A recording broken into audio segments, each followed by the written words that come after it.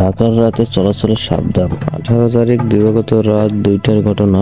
মিরপুর 2 নম্বর একটা practice paid থেকে jamming শেষ করে আমরা কুড়িঘর ব্যান্ডের প্রায় সবাই খাবার হোটেলের দিকে যাচ্ছিলাম। মিরপুর 2 নম্বর ওভারব্রিজের পাশে পেট্রোল পাম্পের ঠিক সামনে খেয়াল করলাম 5 থেকে 6 জন মিলে একটা লোককে ধস্তাধস্তি করছে। আর লোকটা খালি গায়ে কোনো রকম ছুটে যাবার চেষ্টায়, কেউ বাঁচান ভাই বলে চিৎকার করছে। ব্যান্ডের 3 জন একসাথে ছিলাম আর বাকিটা সামনে পিছনে মিলিয়ে। আমি এগিয়ে গিয়ে গলা মোটা করে কি সমস্যা জিজ্ঞেস করে থামতে বলার সাথে সাথে খালি গায়ের লোকটা কোনো রকম ছুটে দৌড় দেয় আর ওই 5 থেকে 6 জন আমাদের দিকে এগিয়ে আসতে থাকে। কোনো কিছু অনুমান করার আগেই ওরা আমাদের কাছে এসে বিচারের স্বরে বলে, ভাই ওইটা মাদক ব্যবসায়ী। আমি এই কথায় কয়েক মুহূর্তের জন্য কনফিউজ হয়ে যাই। আসলে এই পালানো লোকটা মাদক ব্যবসায়ী নাকি এদের নিজেদের কোনো ঝামেলা আছে। তাই ভাবতে ভাবতে আরো কয়েক কদম এগিয়ে যাই।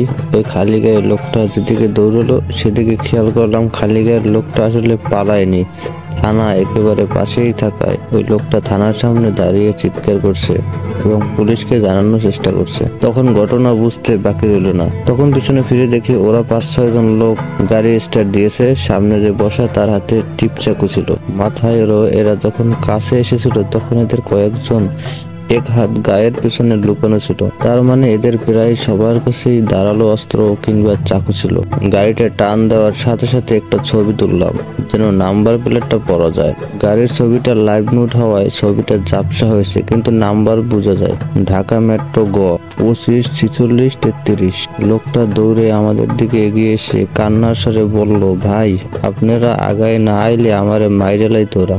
ওরা পালানোর পর এবার একটু ভিড় বাড়লো, যে ভিড়টা ছিনতাইয়ের সময় হলে হয়তো এই ছিনতাইকারীরা এত বড় সাহস পেতই না। তৎক্ষণাৎ থানায় গিয়ে ওয়্যারলেস অপারেটরকে এই গাড়ির নাম্বার জানালাম এবং ওসি তদন্ত যিনি ছিলেন ওনাকেও গাড়ির নাম্বার দিলাম। ওনারা বললেন ওনারা ধরার চেষ্টা করবেন এবং 2 জন এসআইকেও দেখলাম সিভিল ড্রেস একটু তৎপরতার সাথে বলছিল এদেরকে তারা ধরবে।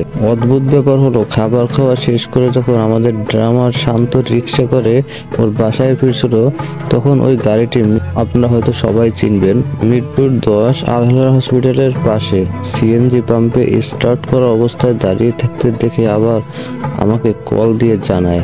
আমি কল দিয়ে থানার এসআই কে জানাই। এসআই ভাইজান আমাকে কিছুক্ষণ পর কল করে জানায় ওনারা লোক পাঠিয়েছিলেন কিন্তু গাড়িটা হয়তো তৎক্ষণে ওই জায়গা থেকে ত্যাগ করে। আমার কথা হচ্ছে ঢাকার বিভিন্ন মোড়ে মোড়ে সিসিটিভি আছে কিন্তু পুলিশের কাছে গাড়ির নাম্বারও আছে, এমনকি বিভিন্ন জায়গায় চেক পোস্টও রয়েছে।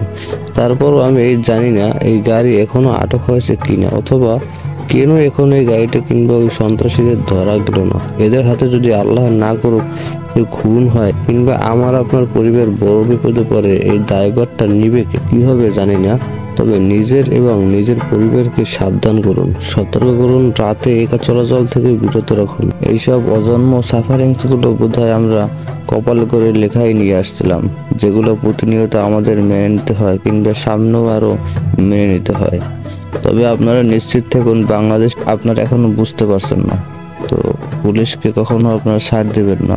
সরকারি ড্রেস পরলেও ওদের কার্যকলাপ কিন্তু এখনো সাধারণ মানুষের জন্য না।